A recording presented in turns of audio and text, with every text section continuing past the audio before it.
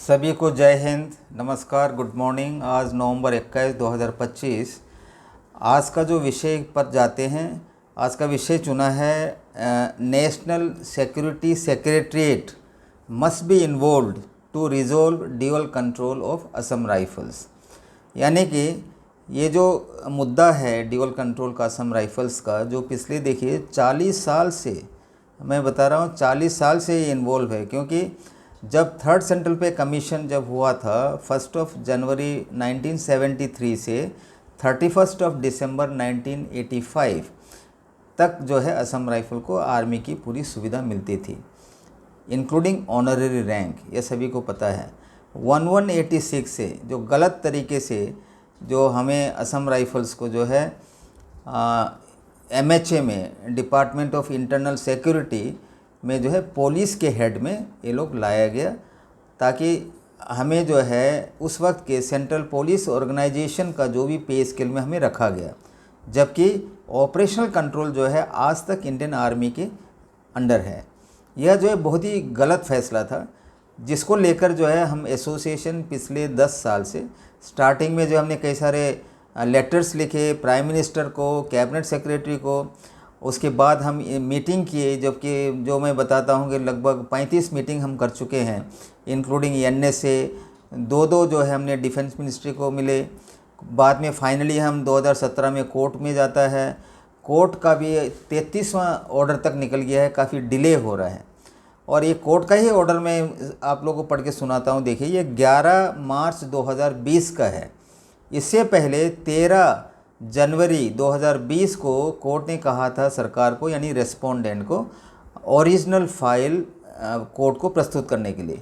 17 जनवरी 2020 का डेट देता है, यानी कि 3 दिन बाद जो फाइनल जो ओरिजिनल डॉक्यूमेंट लेके आते हैं। तो ओरिजिनल डॉक्यूमेंट देखने के बाद में कोर्ट जज बोलता है इस ऑर्डर में कि ये जो है होम मिनिस्ट्री के कंसिडरेशन में है। एक्चुअल में होता ये है, उससे पहले जो है कई ऑर्डर में बताया था कि हमने एक ऑलमोस्ट इन प्रिंसिपल जो है डिसीजन ले चुका है, ऑलमोस्ट जो है MHA में जो है आने जा रहा है असम राइफल्स। और ये हो ये रहा था, इनको जो है ITBP में मर्ज करने का प्रपोजल CCS को भेजा था।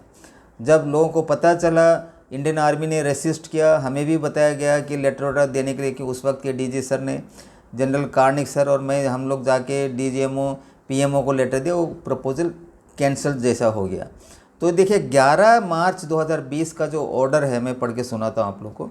The learn additional solicitor general states that the matter had been referred to the border management division of ministry of home affairs, यानी कि BM डिवीज़न, बॉर्डर मैनेजमेंट। वो पिछले 5 साल हो चुका है। इस मार्च में 5 साल कंप्लीट होगा। देखिए, यह जो है डिलेइंग टैक्टिस है। यह कभी भी एक असम राइफल्स एक बहुत बड़ा फोर्स है, जिसका मैक्सिमम यूनिट इंडियन आर्मी के अंडर CICT ऑपरेशन कर रहे हैं। और जहाँ तक बॉर्डर मैनेजमेंट का जो फोर्स है, उसके ऊपर जैसे मैं कई वीडियो में बता चुका हूँ, सन 2000 से 2005 तक 15 बटालियन रेज हुआ था, 3 बटालियन हर साल के हिसाब से, जिसको बॉर्डर मैनेजमेंट ड्यूटी दिया गया है। वह भी जो है पार्लियामेंट्री स्टैंडिंग कमेटी जो रिपोर्ट है 203, उसमें बताया गया है कि Assam rifle is not a dedicated border guarding force, because ये जो भी जो ऑपरेशन जो करते हैं वो कंपनी बेस्ड करते हैं। वो सभी को पता है, सरकार को भी पता है। तो यह जो 15 बटालियन जो BM जो डिवीज़न वो करते हैं, 31 बटालियन उससे भी कई ज़्यादा है जो आर्मी के अंडर में करते हैं। और इवन जो बॉर्डर में भी है, वो भी आर्मी के ऑपरेशन कंट्रोल में है।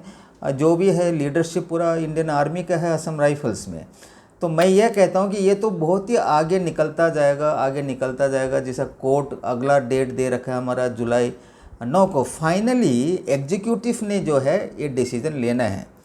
तो कई सारे जो सीनियर आर्मी ऑफिसर जो नेशनल सिक्योरिटी सेक्रेटरीट में रह चुका है, मिलिट्री एडवाइज़र, एक रिसेंटली यानी 2-3 महीना पहले लेफ्टिनेंट जनरल मेनन सर का एक आर्टिकल मैंने देखा था। फिर मैंने उनसे कांटेक्ट किया, जो बेंगलोर बेस्ड है।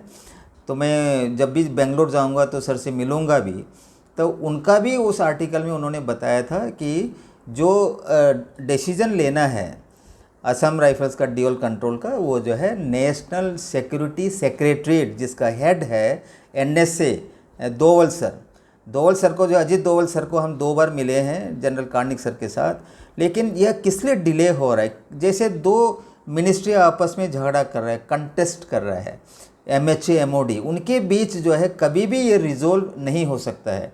जो भी है ड्यूल कंट्रोल का इशू, इस इशू को जो है नेशनल सिक्योरिटी जो इशू को समझते हुए, क्योंकि नेशनल सिक्योरिटी सेक्रेटरीट को AOB रूल अमेंड करके एक डिपार्टमेंट बना दिया गया है। और इसके अलावा जो मिनिस्ट्री ऑफ डिफेंस में है, डिपार्टमेंट ऑफ मिलिट्री अफेयर्स, उनको इन्वॉल्व होना चाहिए, ना कि जो है BM डिवीज़न को देना है। BM डिवीज़न जो है एक कम्पिटेंट अथॉरिटी नहीं है। मैं समझता हूँ जनरल कार्निक सर का भी यही ओपिनियन है, और जो हमारे जनरल मेनन सर है, जिनसे मैंने बात भी किया था फ़ोन पे, तो यह जो है जो एग्जीक्यूटिव है, जो prime minister and his council of ministers, उनका डिसीजन होना है फाइनली CCS के द्वारा। क्योंकि असम राइफल्स का साथ जो है मिसफिट हो रहा है, मतलब ये जो MHA में जो है इनका मिसफिट है, इनके साथ जो जैसे व्यवहार होना चाहिए हो नहीं रहा है। और क्योंकि यह जो है कंप्लीट आर्मी लीडरशिप, आर्मी में चलते हैं, इनको MOD में जाना चाहिए था। एक डिसीज़न पहले ही ले लिया जाना चाहिए।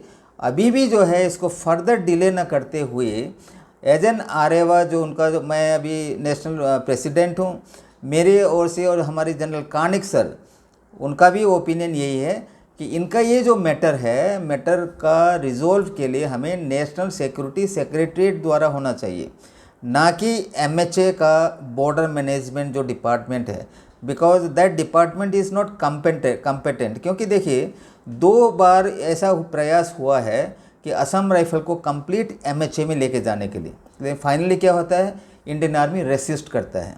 तो फिर ये जो है कंटिन्यू पारामिलिट्री कहते हैं, लेकिन ड्यूटी जो भी है, अभी JNK में भी कई सारे बटालियन डिप्लॉयड हैं, सेक्टर हेडक्वार्टर भी जा चुका है, इंडियन आर्मी के ऑपरेशनल कंट्रोल में कर रहे हैं। तो ये जल्दी से जो है एक डिसीज़न होना चाहिए, क्योंकि जुडिशरी वो भी Delhi high court division bench में है। जो भी जजमेंट आएगा, 1-2 में से एक पार्टी से सुप्रीम कोर्ट में जाना है SLP लेके। तो इसके लिए क्यों इतना समय और बर्बाद करना है? तो मैं प्राइम मिनिस्टर और हमारे जो गृह मंत्री जी हैं अमित शाह जी, उनको रिक्वेस्ट करता हूं कि इसका जो है डिसीजन आप लोग सही लीजिए। अभी हमारे जनरल लखेरा सर भी आ रखे हैं, उनका भी जो है काफ़ी अच्छा एक सोच है, क्योंकि असम राइफल को इंडियन आर्मी में जाना चाहिए और पूरा बेनिफिट जो है उनको मिलना चाहिए। तो इसका जब तक ये BM मैनेजमेंट के वहाँ पे जो है इनका कोई, क्योंकि पिछले 5 साल से पड़ा हुआ है, कोई भी एक डिसीज़न नहीं ले सकते हैं, क्योंकि लेगा क्या, अगर वो इंडियन MHA में लाने की बात करते हैं तो इंडियन आर्मी रेसिस्ट करते हैं। तो सही कदम यही होगा, 2 मिनिस्ट्री आपस में यदि किसी एक फोर्स को लेके झगड़ रहे हैं, तो उसका थर्ड पार्टी, यानी कि जो neutral, that is national security secretariat के अंदर दोनों मिनिस्ट्री से रिपोर्ट लेके वहाँ पे एक मिनट्स वगैरह तैयार करके एक फाइनल डिसीज़न के लिए CCS को फॉरवर्ड करना चाहिए, ताकि जल्दी से एक डिसीज़न आए।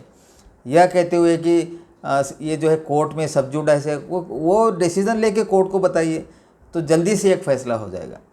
तो यही है मेरा रिक्वेस्ट हमारे present prime minister Shri Narendra Modi ji से और अमित शाह जी से, जो CCS के सदस्य भी हैं। आज तक इतना है। आप देख रहे हैं मेरा चैनल सत्यमेव जयते, और मैं हूं सुबेदार VT नायर। जय हिंद, जय भारत माता, वंदे मातरम।